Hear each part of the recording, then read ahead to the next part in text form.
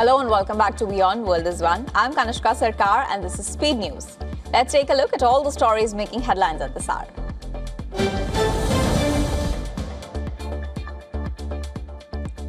US forces conducted fresh strikes on Iran targeting infrastructure, including bridges and transport facilities.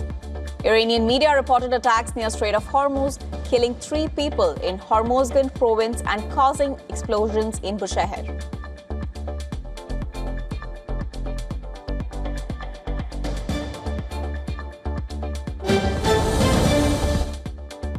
The White House says US President Donald Trump remains open to diplomacy with Iran, despite renewed hostilities between the two sides.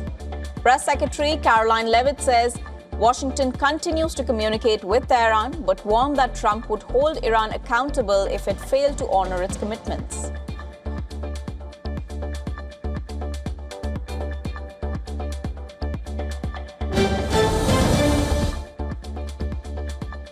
Kuwait says its air defenses are responding to missile and drone attacks a day after the Gulf state faced aerial strikes from Iran. The Kuwaiti army said its forces were engaging hostile missiles and drone attacks following what it called Iranian aggression.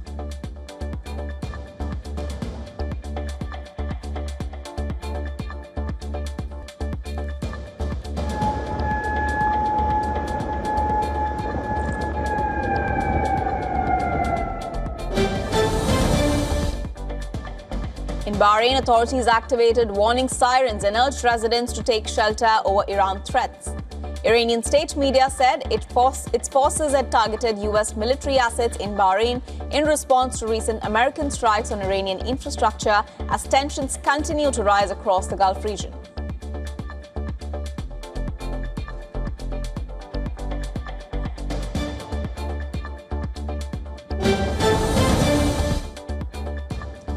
Yemen's Houthi leader Abdul Malik al-Houthi has warned that the group could target Saudi Arabia's oil facilities and other infrastructure if tensions escalate. The warning comes days after a strike hit the airport in the Houthi-controlled capital Sana'a, further raising concerns of a wider regional confrontation. The Houthis have previously carried out attacks on regional targets as part of the long-running conflict in Yemen.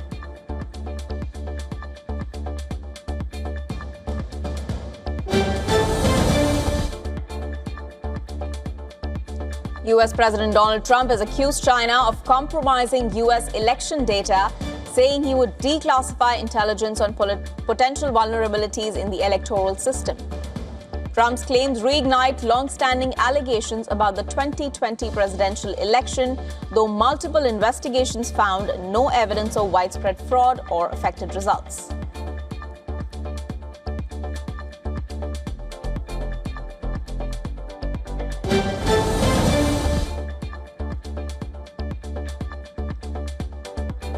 The Trump administration has finalized new rules that would impose stricter limits on the length of stay for foreign students and journalists in the United States. Under the new policy, foreigners on student visas would be allowed to remain for the duration of their academic program up to a maximum of 4 years. Foreign journalists would be limited to 240-day stays with the possibility of applying for extensions. Chinese journalists would face a shorter 90-day limit, also with extension options. The rules are expected to take effect in September as part of the administration's efforts to tighten legal immigration controls.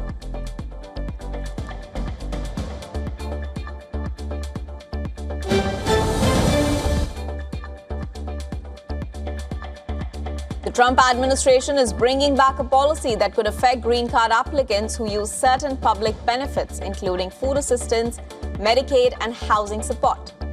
The rule, known as the public charge policy, requires immigrants seeking permanent residency to show they are unlikely to become a financial burden on the United States. The policy was first implemented during Trump's first term in 2020, but was later reversed under President Joe Biden. Its return comes as the Trump administration moves to tighten both legal and illegal immigration rules amid rising costs of healthcare and living expenses.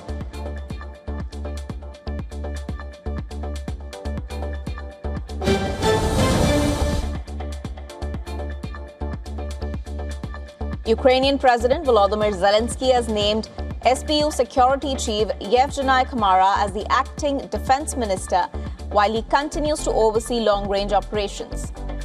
Zelensky said Kamara knows what Ukraine needs as the country continues its war effort. The appointment comes after the removal of popular defense minister Mikhailo Fedorov. Zelensky also announced a new government led by Sergei Kortesky, who has experience in state energy companies.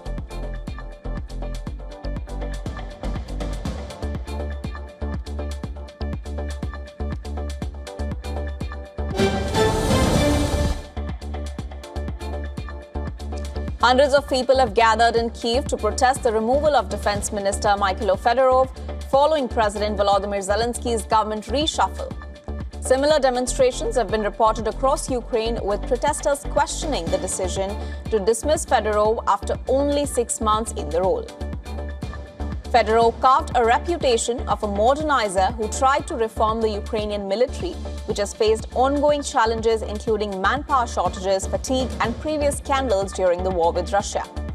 Protesters in Kyiv stayed into the night and said they would return, calling for clarity over the reasons behind his removal.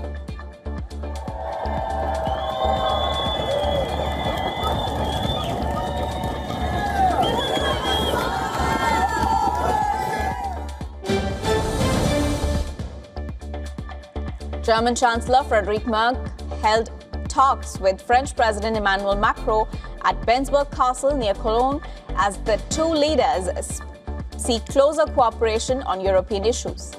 Macron said recent months had brought genuine Franco-German convergence on the European agenda as both countries work to strengthen their partnership.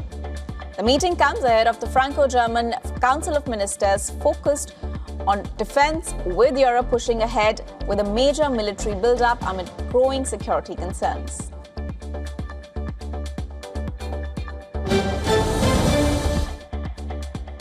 Britain's ruling Labour Party is set to confirm Andy Burnham as its new leader and the country's next Prime Minister today.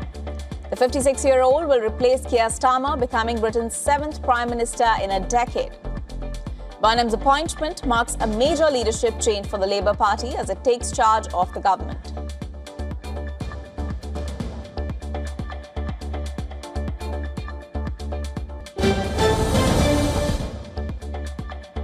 North Korean leader Kim Jong-un has met a senior Chinese official and pledged to further strengthen ties with Beijing as the two countries mark the 65th anniversary of their friendship treaty.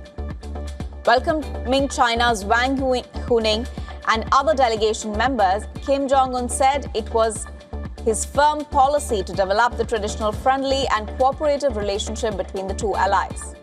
Wang, a member of China's Communist Party, said that Beijing places great importance on bilateral friendship and that its commitment would remain unchanged. The meeting comes a month after Chinese President Xi Jinping's rare visit to North Korea.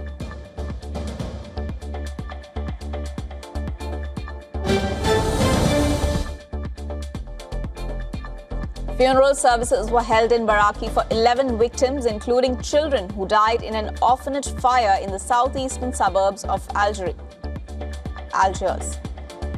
The Algerian Prime Minister and several government officials attended the ceremony to pay tribute to the victims after the deadly blaze broke out in an orphanage on Tuesday night. Authorities are continuing their investigation into the cause of the fire.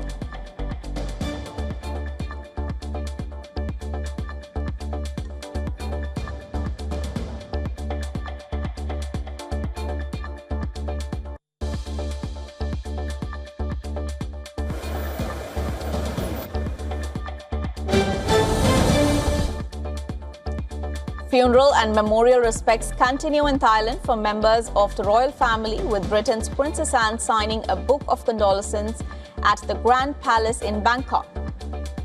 The Princess's Royal paid tribute to the late Queen Sirikit, the Queen Mother, and Princess Bajrakitya Yaba, laying and expressing her respect during her official visit to Thailand. Princess Anne was accompanied by her husband Sir Timothy Lawrence as she carried out the ceremony at the Grand Palace.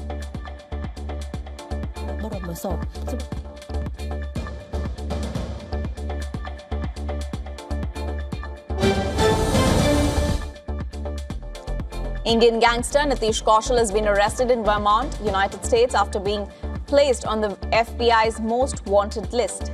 Kaushal is accused of links to the Bhagwanpura organized crime group and alleged involvement in kidnapping and assault cases.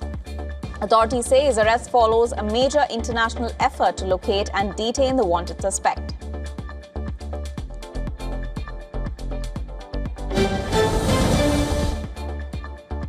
Moving on to some climate-related updates. In France, hundreds of firefighters have managed to contain two major wildfires that burned more than 2,000 hectares of historic Fontainebleau forest near Paris since July 12th.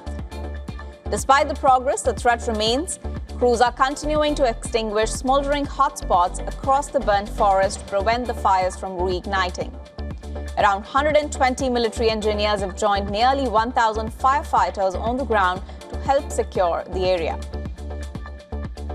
Visiting the forest, French President Emmanuel Macron vowed zero tolerance for Arnaouists, saying every wildfire puts lives at risk and amounts to an attack on the nation.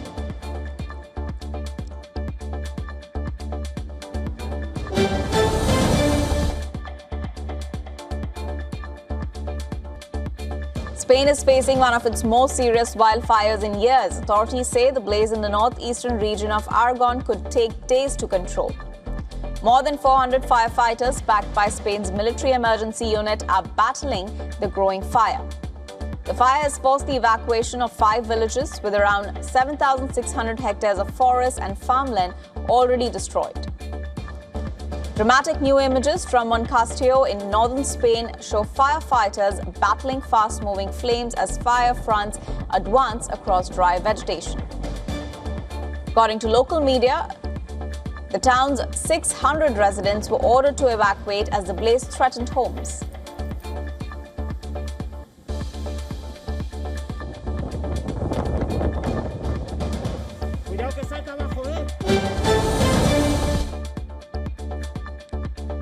At least 2 people have died in flooding caused by heavy rains in Texas.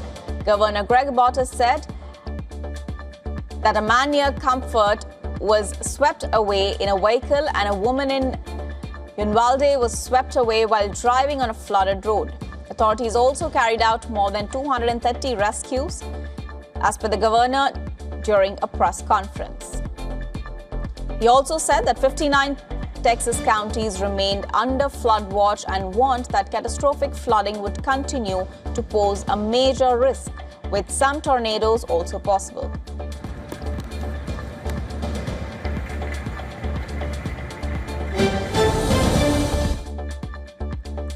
Moving on to some tech-related updates now, the U.S. National Highway Traffic Safety Administration, or NHTSA, has rejected Tesla's request to avoid a recall for nearly 20,000 Model 3 and Model Y vehicles with headlights that may exceed federal brightness limits.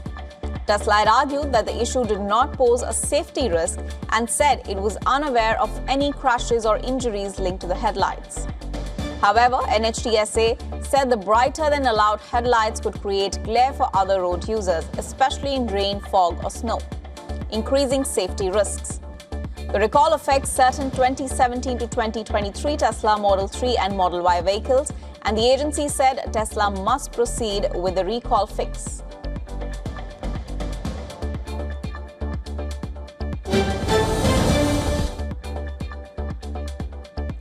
A new study by Mozilla, the non-profit organization best known for developing the Firefox web browser, has found that period tracking app Stardust shared users' sensitive health data with a third-party analytics company, raising fresh privacy concerns. The study found that information such as users' birth dates, birth control details, reproductive goals, and symptoms was shared with analytics firm Rudderstack, linked to unique identifiers. Mozilla said that Stardust was the only one of 6 period tracking apps that tested shared sensitive health data with a third party, while recommending EUKey as the most privacy-friendly option because users' health data remained on users' devices.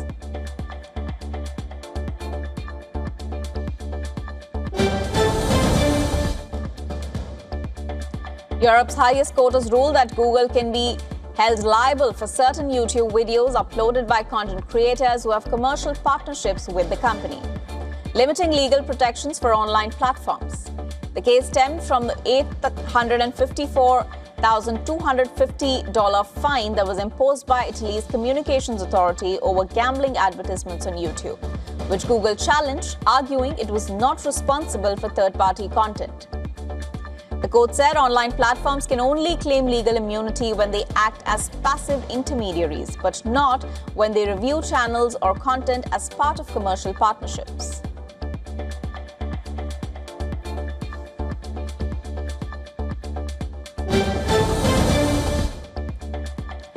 On to business-related developments. Brazil has described the latest 25% U.S. tariffs on certain Brazilian imports as unjust and politically motivated. The Lula administration has threatened to impose reciprocal measures on U.S. products. The country's top diplomat criticized U.S. Secretary of State Marco Rubio for the move. Brazil's government has convened top ministers to prepare retaliatory measures against Washington's latest tariffs, with options including curbs on U.S. audiovisual companies and suspension of pharmaceutical and agricultural patents. The measures under consideration are in line with Brazil's reciprocity law, which President Lula pledged his government would invoke in response to the U.S.'s latest string of tariffs.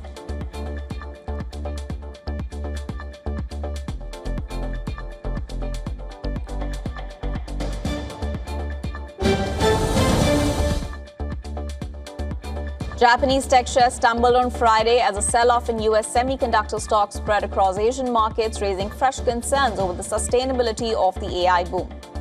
SoftBank dropped more than 8%, while Tokyo Electron and Advantes also suffered sharp losses.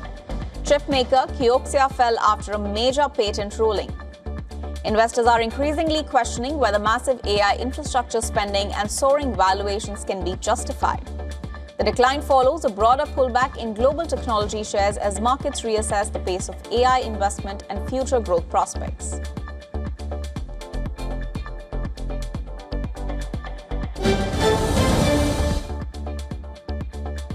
Netflix shares fell in after-hours trading after the streaming giant issued a weaker-than-expected forecast for third-quarter revenue and earnings. The company says subscriber growth is normalizing after a strong first half of the year, while it continues to invest in its advertising business, live programming, and artificial intelligence. Despite the softer outlook, Netflix reaffirmed its full-year guidance, betting new content and expanding ad-supported offerings will support long-term growth.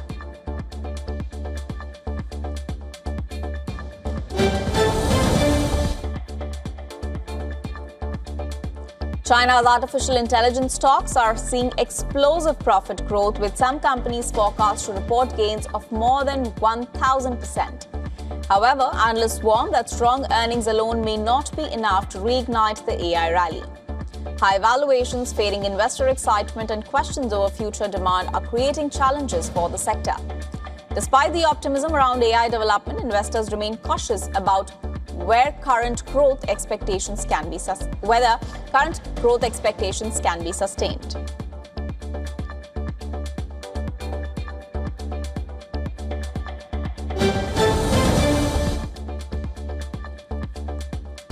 The Federal Reserve says it could raise interest rates if inflation fails to keep slowing. Fed Vice Chair Philip Jefferson warned that ongoing price pressures may require additional action from policymakers. He said the central bank remains committed to bringing inflation under control while supporting economic growth and a healthy labor market. Jefferson added that officials will continue monitoring economic data closely before making any decisions on the future path of interest rates.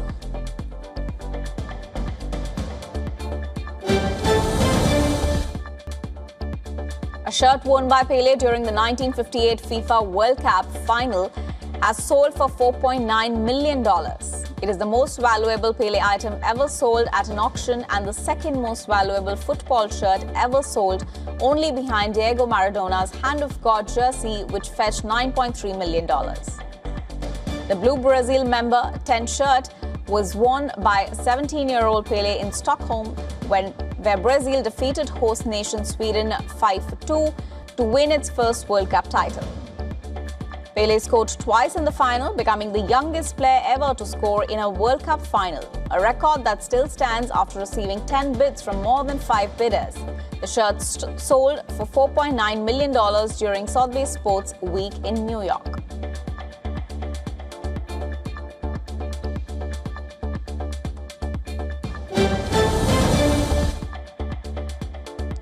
Moving on to updates from the world of entertainment, Tom Cruise has officially purchased his ticket for Christopher Nolan's The Odyssey. The Top Gun star shared a photo of him holding his ticket in front of a display. This is not the first time Cruise has shown his support to movie makers. In 2023, he made headlines when he participated in the Barbenheimer trend, even when his film Mission Impossible was competing against both Barbie and Oppenheimer in theaters.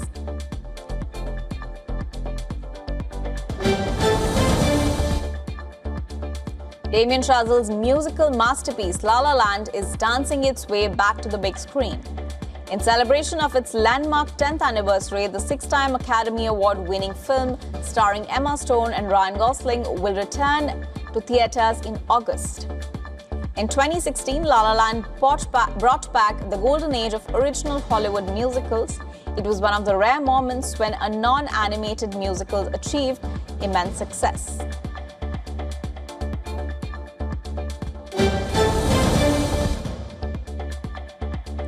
Oscar-winning director Danny Boyle's latest film, Ink, a drama about Rupert Murdoch's acquisition of British tabloid newspaper, will open the 2026 Venice Film Festival.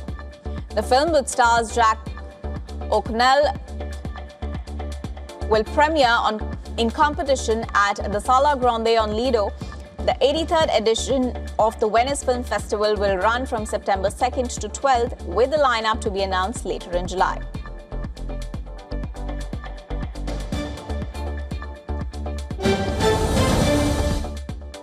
Jurassic Park star Sam Neill died of pneumonia, his agent said in a message aimed at providing clarity to fans. He died in Australia at the age of 78. The statement read, and I quote him here, "Sam passed away from pneumonia. Prior to becoming sick, Sam had valiantly fought and beaten lymphoma through a new treatment called CAR-T therapy," unquote. The actor's family will hold a private ceremony in New Zealand.